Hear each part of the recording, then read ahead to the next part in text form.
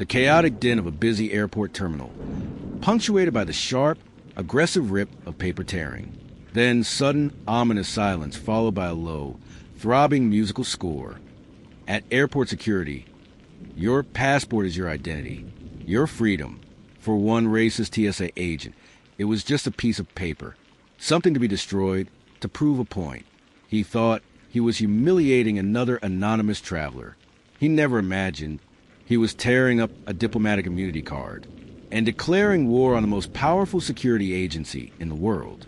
Quick, jarring cuts, a gleaming TSA badge, a black man's calm eyes over mask, a white TSA agent smug, contemptuous smirk, a blue passport being ripped in half, slowly and deliberately. Meet Agent Kyle Jenkins, late 20s, a small man with a large, undeserved sense of power. His domain was a security checkpoint at JFK International, a place where he could be a king, where a uniform and a badge let him treat people like subjects, and he had a particular venom for those he deemed less than. Agent Jenkins strutting through the security lane, looking down his nose at travelers, correcting them with a sneer. Now meet David Adebayo, 40 years old, a man who carried himself with a quiet, unshakable calm. After a lifetime of service, he was heading to a well-deserved vacation, a week of peace. His boarding pass was digital. His luggage was a carry-on. He was the picture of a smooth traveler. But as he approached the checkpoint, he felt the familiar, wearying weight of a gaze. The gaze of a man looking for a reason. David, dressed in comfortable but elegant travel clothes, moving efficiently through the airport. He glances toward the checkpoint, a subtle sigh escaping him. He placed his bag on the conveyor. He walked through the metal detector, without a sound. He was clean, but Agent Jenkins was already watching, and he had already decided David was guilty of something. Sir, step aside. Jenkins' voice was flat. Bored. David complied. Is there a problem, officer? We'll see. Empty your pockets. Place all items in the bin. David did so. Phone, wallet, keys, a book. Jenkins picked up the passport, flipped through it slowly. It was filled with stamps. London, Tokyo, Dubai, Geneva. A well-traveled passport. To Jenkins, it was suspicious. Business or pleasure, Mr. Adebayo. He deliberately mispronounced the name. Pleasure, David said, his voice even. Jenkins ran his fingers over the passport's pages, over the embedded chip. This feels thick, alterated. It's not altered. It's a standard biometric passport. Jenkins' eyes narrowed. He didn't like being corrected. He held the passport up to the light, then bent the cover back and forth. Roughly, the laminate is peeling. This could be fraudulent. It's not fraudulent, David said, an edge of steel entering his tone. I'd like it back, please. Jenkins smirked. He had his reaction. The power struggle had begun. I'll be the judge of that. Secondary screening. Now. Jenkins' hands roughly handling the passport. David's face growing steadily colder. In the private screening area, Jenkins made a show of it. He swabbed David's hands for explosives residue. Nothing. He went through every item in his carry-on. Nothing. David stood, patient but seething. He was missing his flight. His vacation was being stolen by a man on a power trip. Finally, Jenkins held up the passport again. I'm not satisfied. I'm confiscating this document for further analysis. David's composure broke. You can't do that. That's my property. I have a right to travel. Jenkins stepped closer, invading his space. You have no rights here. I am security. My decision is final. And then, to drive the point home, he did the unthinkable, with a look of pure, petty triumph.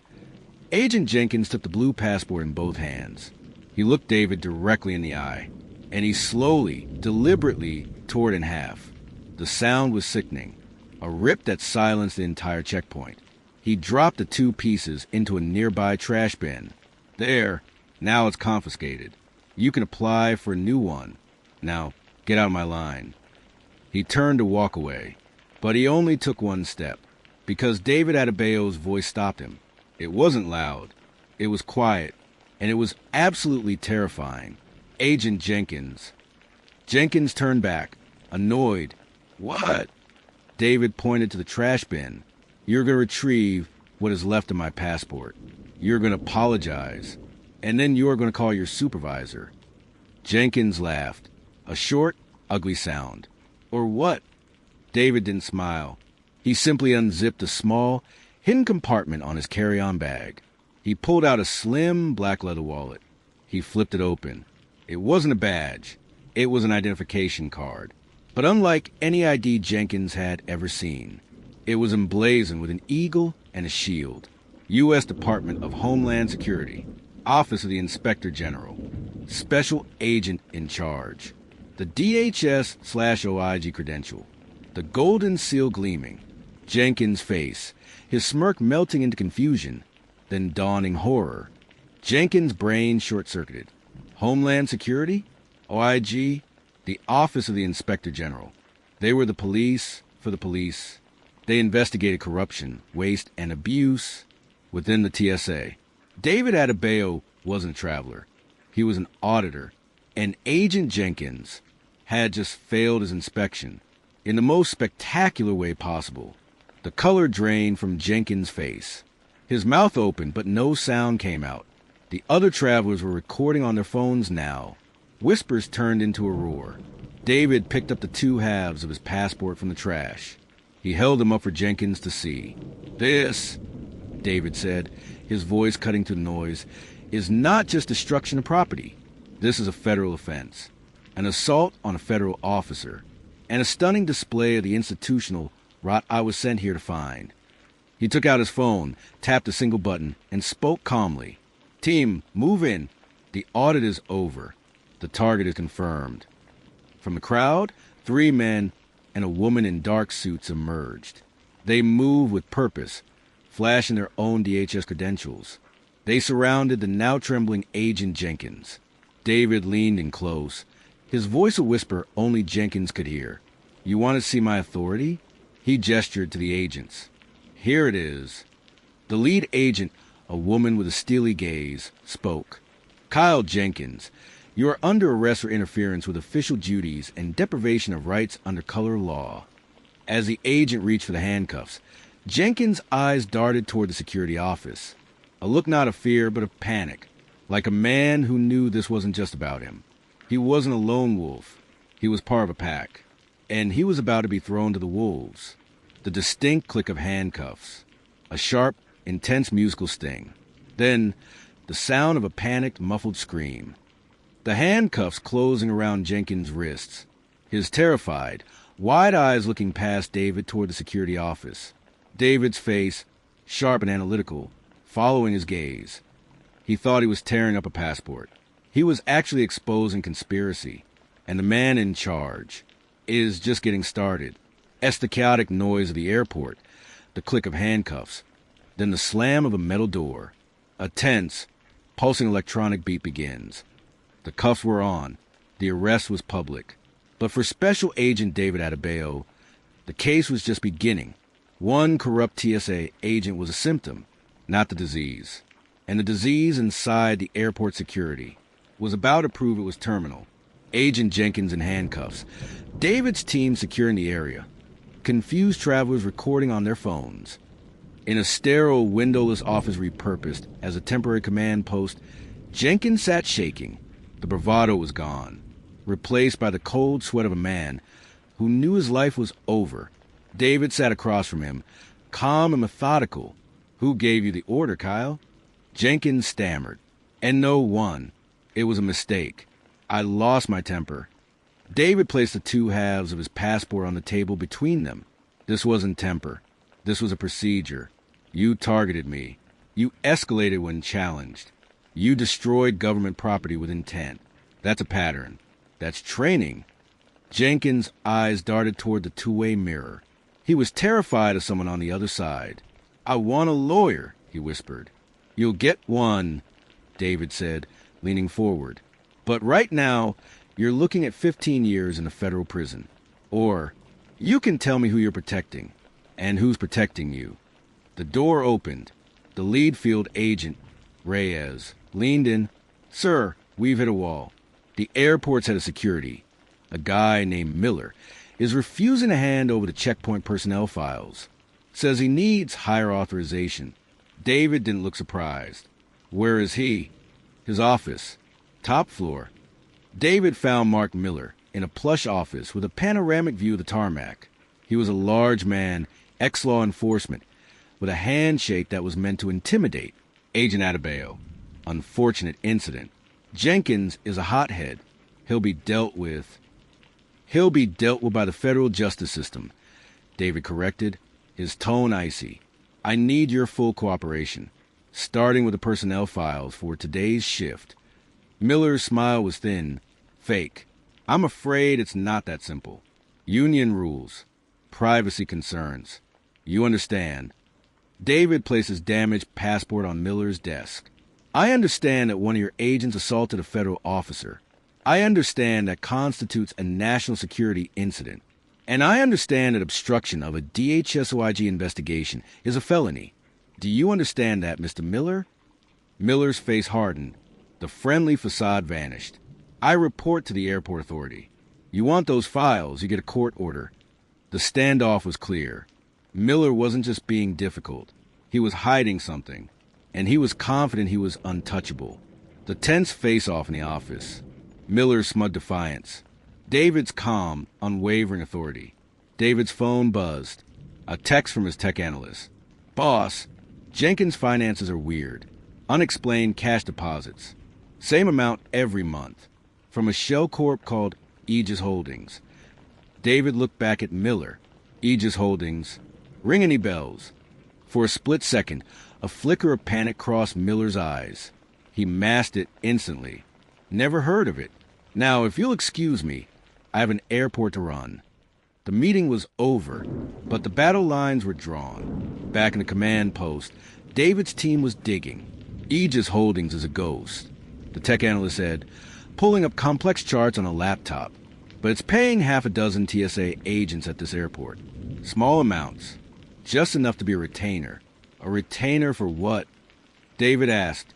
"For looking the other way," Agent Reyes said, entering with a stack of paper. "I pulled the old incident reports. The ones Miller didn't bury. A pattern.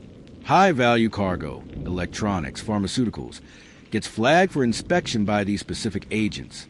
The inspections take a long time. The flights are missed. The cargo disappears from the secure holding area. It was a brilliant inside job, a smuggling ring, using the TSA as their private security and logistics team. Jenkins wasn't just a racist thug. He was a criminal employee. His harassment of David, it was a distraction, a way to assert control, and scare off anyone who might look too close. David's audit was a random check, but it had landed right on top of their operation. Who's behind Aegis? David asked. The tech analyst shook his head. Layers of offshore shell companies. It'll take weeks to unravel. David stared at the web of connections. They had the low-level players, but the kingpin was still in the shadows. And then he remembered. Jenkins panicked. He wasn't just looking toward the mirror. He was looking at the clock. A specific time. David checked the airport database. A private hangar. Hangar 7B. A cargo plane was scheduled for an unsanctioned after-hours departure. In 1 hour. The manifest was classified.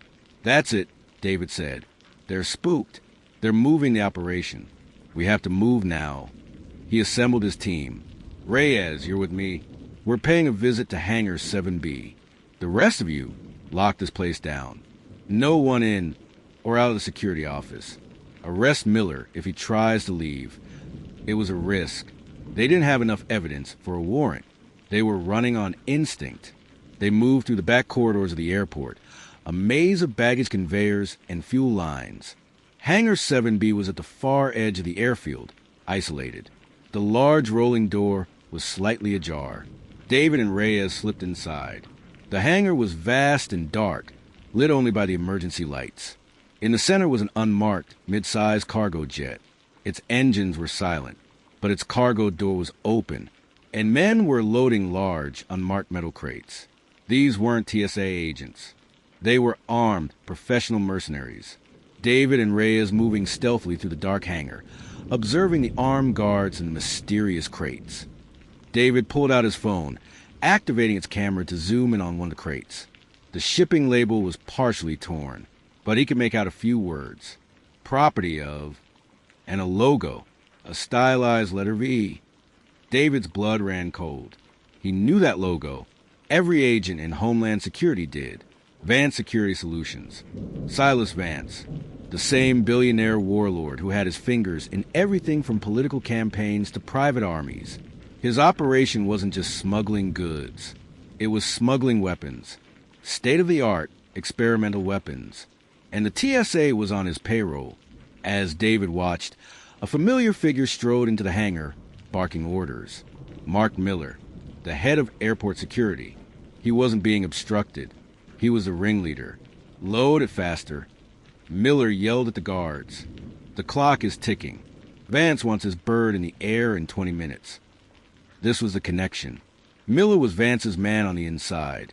The entire security apparatus of one of the world's busiest airports was compromised. David and Reyes were badly outnumbered. They needed backup. Now, David raised a secure radio to his lips. "Command, this is Adebayo. We have a confirmed code black. I repeat, code black. The subject is Silas Vance. The location is Hangar 7B. We need immediate tactical support and an airspace lockdown." The radio crackled, but instead of a response from command, a smooth, cultured voice filled the channel. A voice David had heard only in classified briefings. "Code black? How dramatic, Agent Adebayo." It was Silas Vance. He was monitoring their communications. "I'm afraid your request for backup has been denied. You see, your superiors are currently enjoying some very generous campaign contributions. They suggest you stand down." David froze. They were alone. Vance owned the system. Before David could react, a powerful spotlight snapped on, blinding them. They were exposed. The armed guards turned, weapons raised. Miller smiled, spotting them in the shadows. Well, the inspector came for a closer look. Bad mistake. The guard began to advance, their rifles aimed. David and Reyes drew their sidearms, backing toward a hangar door. They were trapped, outgunned 10-1. And then a new sound echoed through the hangar. The slow, deliberate clap of a single pair of hands. From the top of the cargo ramp, a figure emerged, silhouetted against the interior lights. The man from the security office two-way mirror. The assassin. He smiled his cold, dead smile. "Agent Adebayo," he called out, his voice echoing. "We have to stop meeting like this. You have something my employer wants." He raised a device in his hand. A small, black electronic trigger. "The data from your audit. Hand over the drive. Or I turn this hangar into a crater." The distinct, high-pitched beep of the trigger device being armed. A sharp, intense musical sting. Then the sound of rifles being cocked in unison. The assassin holding the trigger. David and Reyes cornered and outnumbered. He exposed the corrupt agent. He uncovered a smuggling ring. But now, he's trapped with the world's most dangerous man. And the only way out might be to make a deal with the devil. The high-pitched beep of the trigger, the unison cocking of rifles, then the slow, heavy thump of a heartbeat. A tense, ticking clock soundtrack begins. Cornered, outgunned, a finger on the trigger of a bomb. Special Agent David Adebayo came to audit an airport. He walked into a war zone. And the enemy wasn't just holding a weapon. He was holding all the cards. The assassin's cold smile, the trigger in his hand. David and Reyes, backs against the cold hangar wall, weapons drawn but hopelessly outmatched. The armed guards formed a half-circle, cutting off any escape. Mark Miller stood behind them, a look of triumph and venom on his face. "You should have taken the court order, Adebayo," he yelled. But David's eyes were locked on the man at the top of the ramp. "The assassin, the data drive," the assassin repeated, his voice calm, almost bored. "It's the only thing of value in this hangar, including your lives." David's mind raced. The drive contained the preliminary audit findings, the financial links between the TSA agents and Aegis Holdings. It was damning, but it wasn't worth dying for. Not yet. He had to play for time. "It's encrypted," David shouted back, stalling. A dead man switch. "You kill us, it wipes itself." The assassin chuckled, a dry, hollow sound. "A bluff? A good one. But I don't bluff." He raised the trigger slightly. The beeping intensified. Last chance. A Salian's finger on the trigger. Sweat on David's brow. Reyes' steady, determined breathing. Suddenly, Reyes spoke, her voice low, only for David. "The crates. The ones they were loading. They're not sealed yet." David glanced. She was right. The nearest crate was open, its contents visible. Advanced drone parts. Not commercial. Military. Experimental. This was worse than they thought. Vance wasn't just smuggling weapons. He was stealing them from U.S. military contractors. This was treason. "The drive is in my bag," David said, making a decision at the checkpoint. It was a lie, but it was a chance to get out of the hangar. The assassin's eyes narrowed, calculating. He nodded to two guards. "Go with him. If he tries anything, kill the other one." He pointed at Reyes. The two armed mercenaries motioned for David to move. As he walked, his mind worked overtime. He had to warn someone. The system was compromised, but there was one person outside the chain of command. One person Vance couldn't own. He passed a maintenance panel on the wall. A fire alarm. It was a risk. It would create chaos. But chaos was their only friend. He stumbled, pretending to twist his ankle. As he fell, his hand slapped against the bright red alarm button. BRRRRRZZZZZZD. A deafening, piercing alarm blared through the hangar. Strobe lights flashed. For a split second, the guards were disoriented. It was all the opening Reyes needed. She dropped to one knee and fired twice. Pop, pop. 2 perfect shots. The guards closest to her dropped. The hangar erupted into chaos. The strobe lights flashing, the chaotic scene as Reyes takes down the guards. David scrambling for cover. David rolled behind a stack of cargo pallets, drawing his weapon. Gunfire erupted. Muzzle flashes lit up the dark space. He was in a firefight, but the alarm had done more than create a distraction. It had triggered an automated emergency protocol. The hangar's massive main door began to rumble, slowly grinding shut. Their escape route was sealing. Reyes, "The door!" David yelled, firing covering shots.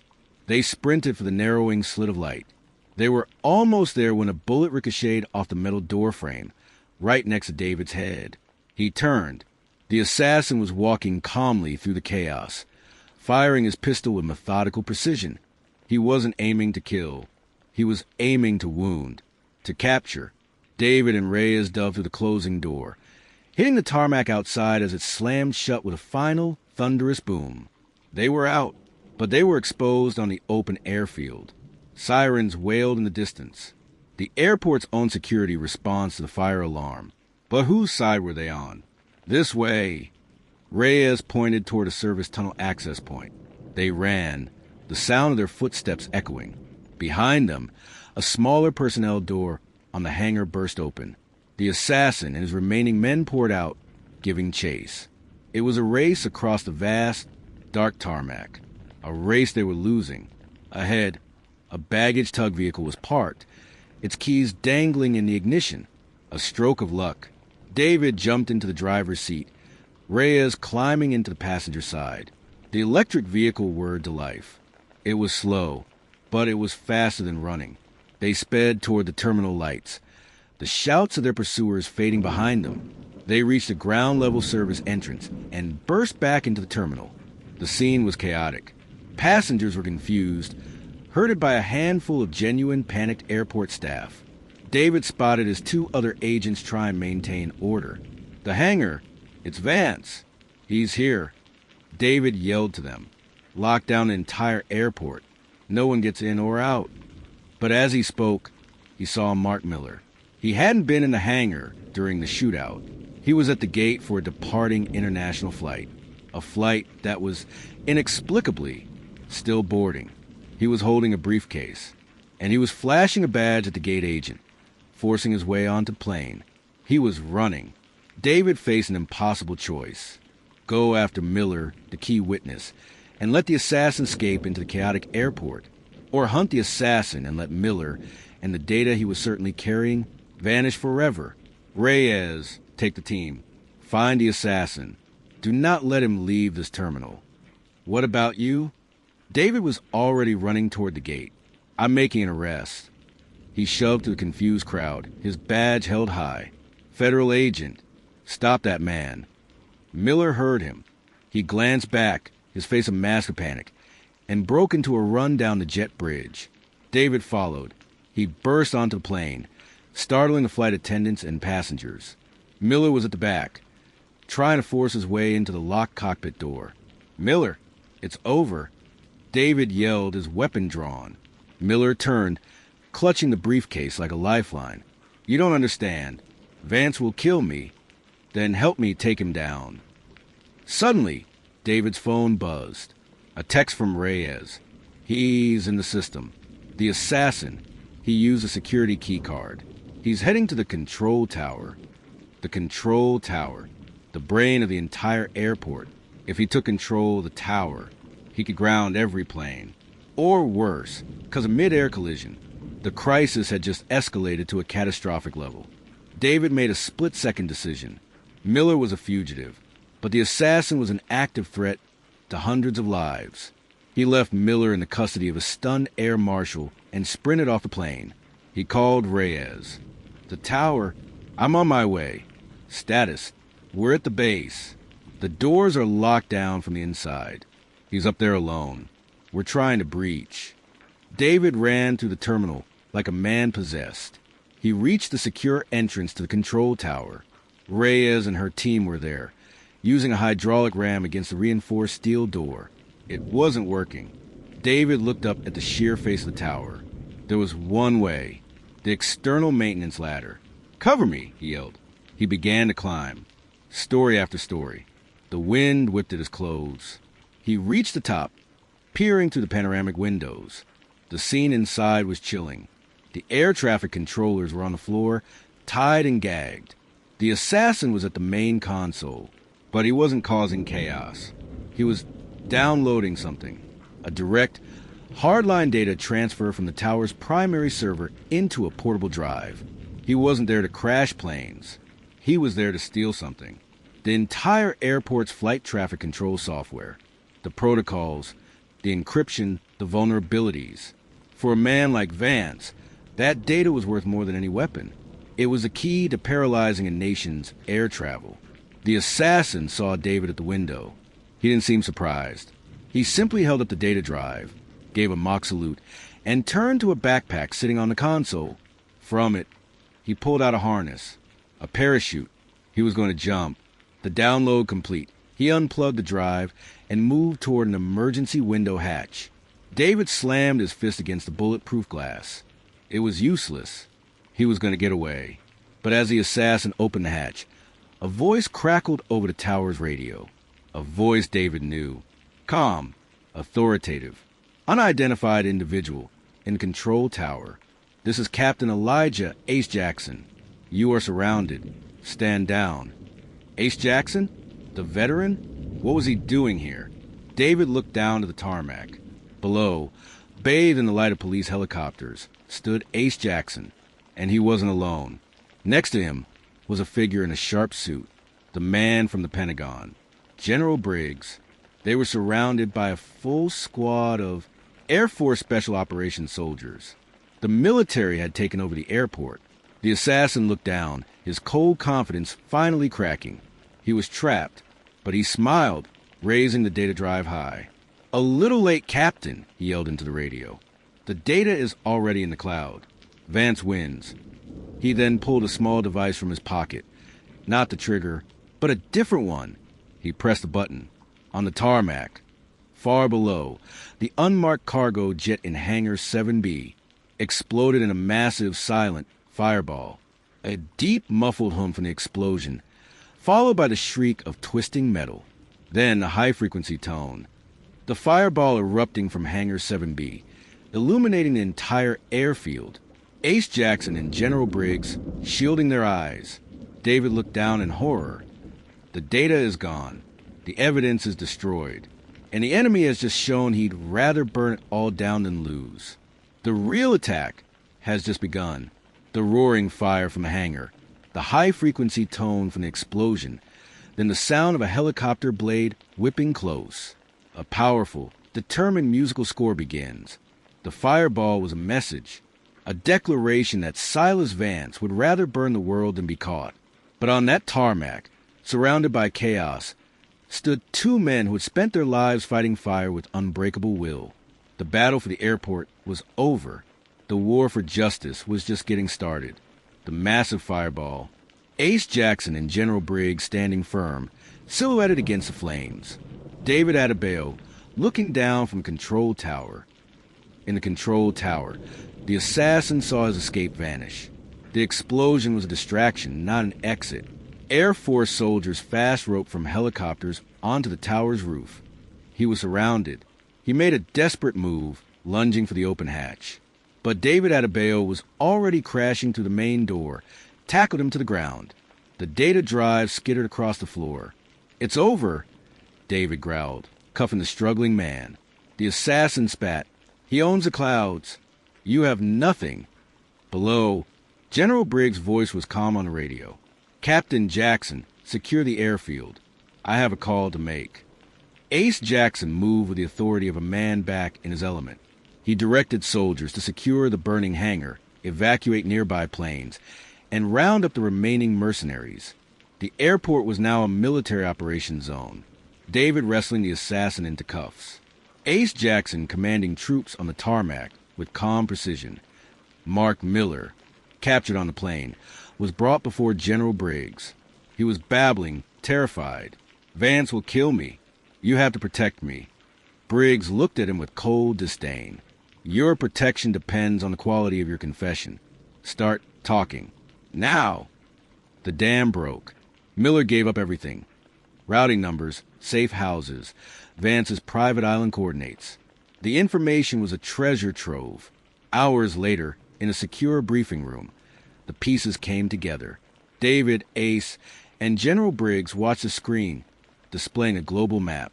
Red lines connected Vance's empire.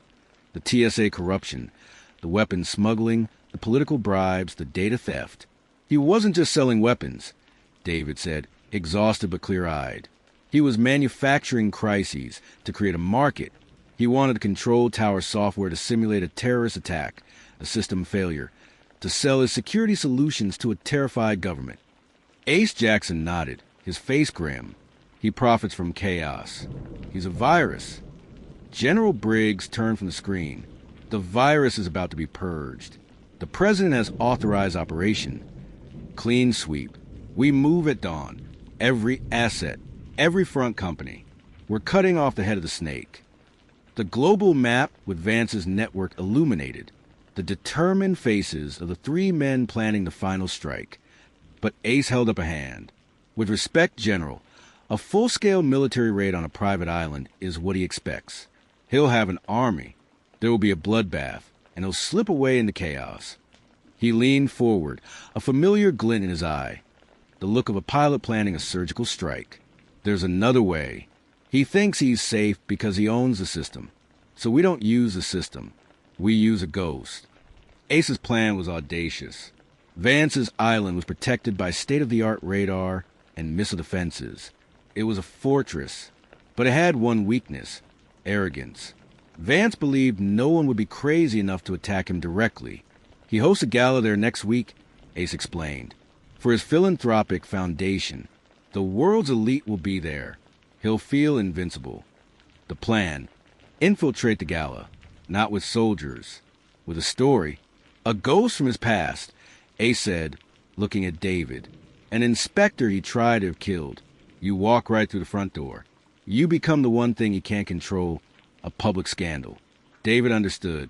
I confronted him, on camera, in front of his guests. We expose him to the world before he can silence us. General Briggs was skeptical. It's a suicide mission. He'll have you killed before you utter 2 words. Ace smiled. That's why he won't be looking at the sky. While David caused a scene on the ground, Ace would do what he did best. He would fly, alone, stealth aircraft, slipping past a radar, delivering a small, elite JSOC team to disable the island's defenses and secure the evidence room. The mission was a gamble, but it was a gamble built on two powerful weapons, truth and surprise. 1 week later, the gala was in full swing. Silas Vance held court, the charming philanthropist. Then David Adebayo stepped into the ballroom. He walked directly to the podium, took the microphone, and turned to face the stunned crowd. Silas Vance. His voice echoed through the room. You are under arrest for treason, armed smuggling, and the attempted murder of a federal officer. The room erupted in gasps. Vance's smile froze, then twisted into a snarl. His guards moved in, but David held up a tablet, live streaming to every major news network. Your security payroll, your weapons manifest, your order to have me killed at JFK. It's all here. The world is watching. As Vance screamed for his guard to stop the feed, the sky outside lit up with a series of silent, precise explosions. The island's communication tower and missile defenses went dark. Ace Jackson's voice came over David's hidden earpiece. The air is clear. The house is yours. JSOC operators rappelled into the room. The takedown was swift, clinical, and very public. Vance was captured not in a firefight, but in the blinding glare of the truth. At Vance's trial, the evidence was overwhelming. He was sentenced to life in prison without parole. The corrupt TSA agents, including Jenkins and Miller, received long federal sentences. The system, for once, had worked, but the victory party was quiet. David, Ace, and General Briggs stood on a quiet pier, looking out of the water. The lesson, Ace said, is that the Dawsons and the Jenkinses of the world are just tools. They're dangerous, but replaceable. The real enemy is the man who sharpens the tool, the one who sells the hatred and profits from the division. David nodded. We won this battle, but there's always another Vance, another corruption. General Briggs placed a hand on both their shoulders, which is why we never stop being vigilant. We never stop being ghosts. Justice isn't a destination. It's a constant flight. David Adebayo, back in a suit, testifying before Congress about airport security reform. Ace Jackson, speaking to a new class of recruits about integrity. He tried to tear up his passport. He tried to tear down his dignity. But you cannot destroy a man who is fortified by truth. The strongest security isn't a metal detector or a watch list. It is the unwavering character of those who have sworn to protect, and the courage of those who refuse to be broken. The two halves of the torn passport, now framed in a shadow box on David's office wall, next to his Medal of Valor. Final thought. Your character is your passport. Make sure it's stamped with integrity.